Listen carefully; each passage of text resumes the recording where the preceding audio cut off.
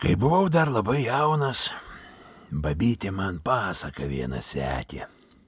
Sakė, pagelbės, jeigu pačią tinginę gausiu. Taigi tinginė pati. Apsiženėjo vienas bernas labai tinginę pačią. Nenori nieko dirbti, viską jis pats dirba. Vyras vis gražiuoju prašo, nors verptum dušelę, išaustum audeklėlį. Verpk, verpk, kurgi išlenksi siūlus, kai nėra lankelio. Tu nežinai, aš turiu jau priverpusi. Atidengia kubilą, išima iš kubilos siūlų špūlę ir rodo jam.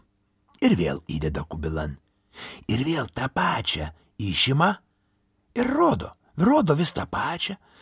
Paskui sako, matai, jau tiek priverpta, tik lankelio reikia. Dar sako, eik miškan, atneši medžio ir padarysi lankelį. Vyras už kirvio ir miškan lankelio. O jin pirma jo, užuolankom, nulėkė miškan, palindo po ėglio ir laukia. Dabar jis atėjęs miškan dairinėjasi, kuris čia kirst medis, o jį po ėglių sėdėdama viską mato ir uždainuoja. Kas lankelį tyro, tyro, to pačiulė myru, myru.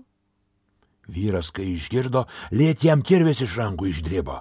Atsistojęs dabar ir klauso. Ir vėl girdi, dainuoja. Kas lankelį tyro, tyro, to pačiulė myru, myru. Dabar jis nebekirto lankelio, už kirvio ir namo. Ji vėl pirma jo namo ir sėdi kaip nekalta.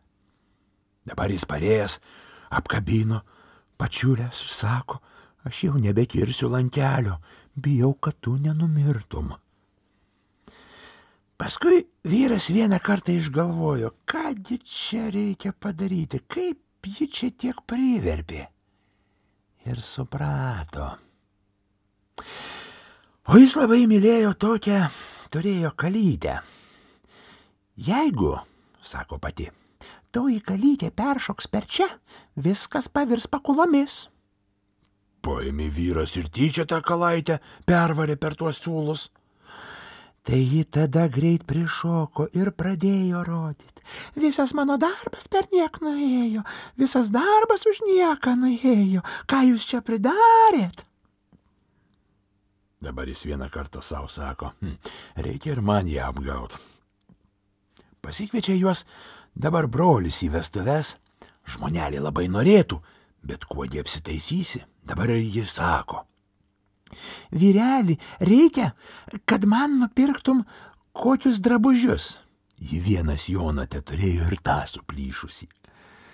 Nu gerai, nupirksiu. Ir jisai išėjo lyg pirkt tų drabužių, ale jis nepirkti, o tik paėjo už kalnelio ir grįžta atgal. Pasiėmė žąsį po pažasčią, o jį krosnį kūreno duonai kept ar kam ten, ir pamatė, kad vyras neša ką. Pagalvojo, kad drabužius paskutinis joną nusiėmė ir į pečių įmetė ir sudegė. Vyras grįžta, a jį jau išlėkė pasitikti, kad jau neša jai rūbus nupirkęs gražius, o ten ne rūbai, ale žąsis po pažasčia.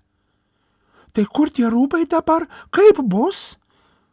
Vyras sako, atsisėdau pailsėt, o kalaitė peršoko per visus rūbus ir pavirto į žąsį ir ką aš dabar? A tai kaip važiuosim į vestuves? A tai taip ir važiuosim.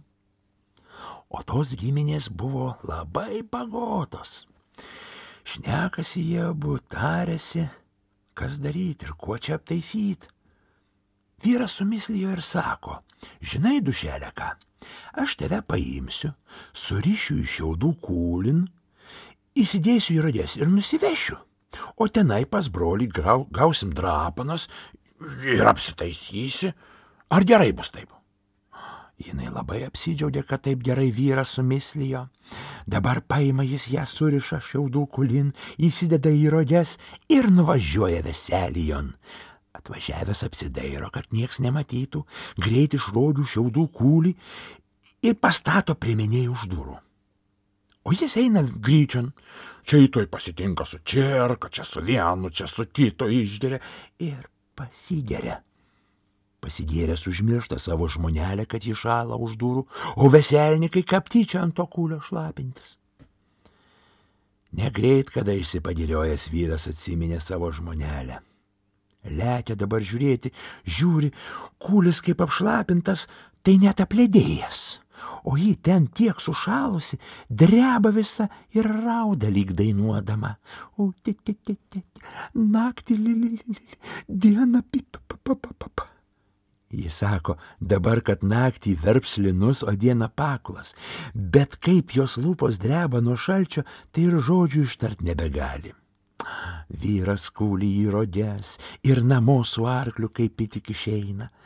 Parsivežęs greit atrišo iš kūlio, atšilus ir sako, dabar jau verpsiu, naktį linus, o dienų pakulas.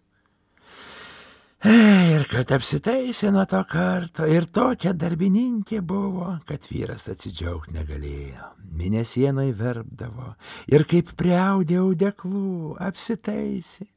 Dabar, sako, galiu jau apsitaisius važiuoti veselijon, neberyši šiaudų kulin.